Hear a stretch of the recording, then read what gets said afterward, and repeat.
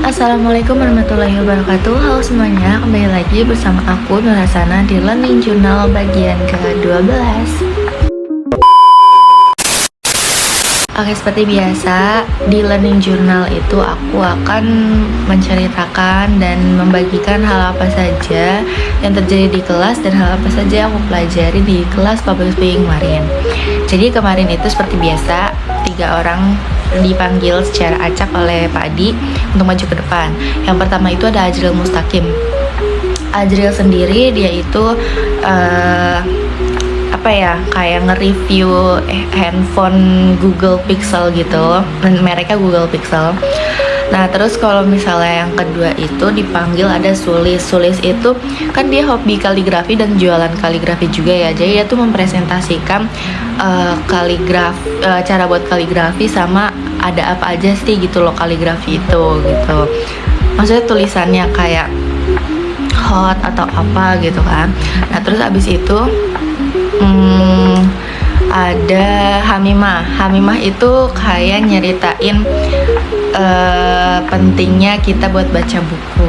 Nah setelah mereka maju seperti biasa langsung dilanjutkan presentasi, yang dimana presentasinya itu temanya tentang pengertian ceramah, motivasi dan perbedaan serta persamaan dari ceramah dan motivasi. Nah yang pertama tuh pengertian ceramah. Pengertian ceramah itu menurut A.G. Lugandi, ceramah agama itu adalah suatu penyampaian informasi yang bersifat searah, yakni dari ceramah kepada hadirin. Maksudnya itu kayak ceramahnya tuh kayak face to face gitu loh sama si audiensnya. Terus menurut Abdul Khair Manshi, ceramah itu adalah sebuah metode yang dilakukan dengan cara atau maksud untuk menyampaikan keterangan atau petunjuk, pengertian, penjelasan tentang suatu masalah di hadapan orang banyak. Nah komponen dalam ceramah itu ada dai, yaitu orang yang berceramah, madu itu yang mendengarkannya gitu loh, sasaran kita. Terus yang ketiga itu ada pesan yang disampaikan, dan yang keempat bisa jadi ada media. Mungkin kalau pengajian yang modern gitu kan sekarang suka ada tuh ya, itu tuh pakai media kayak PowerPoint kayak gitu-gitu. Nah selanjutnya itu bakal ngebahas pengertian motivasi. Motivasi itu berasal dari kata motif yang diartikan sebagai kekuatan yang terdapat dalam diri individu yang menyebabkan individu tersebut bertindak atau berbuat. Sedangkan pengertian motivasi sendiri merupakan kekuatan atau energi seseorang yang dapat menimbulkan tingkat persistensi dan antusiasmenya dalam melaksanakan suatu kegiatan, baik yang bersumber dari dalam individu sendiri atau motivasi intrinsik maupun dari luar individu itu sendiri. Nah, apa sih bedanya ceramah dan motivasi? Nah, kalau ceramah itu biasanya digunakan untuk menyampaikan pengetahuan, informasi, atau wawasan umum. Sedangkan kalau motivasi itu lebih fokus ke inspirasi dan mendorong audiens buat mencapai tujuan pribadi atau profesional. Ya meskipun sama-sama mengandung kayak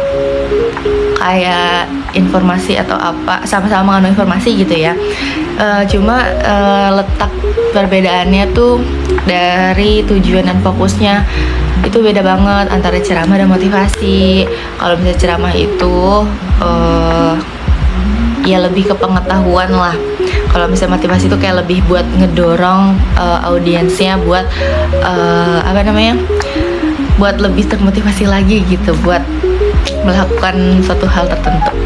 Nah selanjutnya yaitu ada materi terkait dengan persamaan ceramah dan motivasi. Tadi kan ada perbedaannya tuh, jelas banget ya kelihatan. Kalau ceramah itu pada intinya untuk ngasih tahu informasi, pengetahuan, wawasan dan sebagainya. Kalau misalnya motivasi itu lebih ke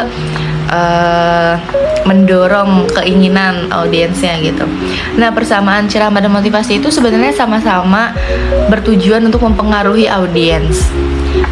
Terus juga ada membangkitkan emosi positif dari audiens menggunakan contoh atau cerita dalam penyampaiannya dan sama-sama menyampaikan pesan yang positif.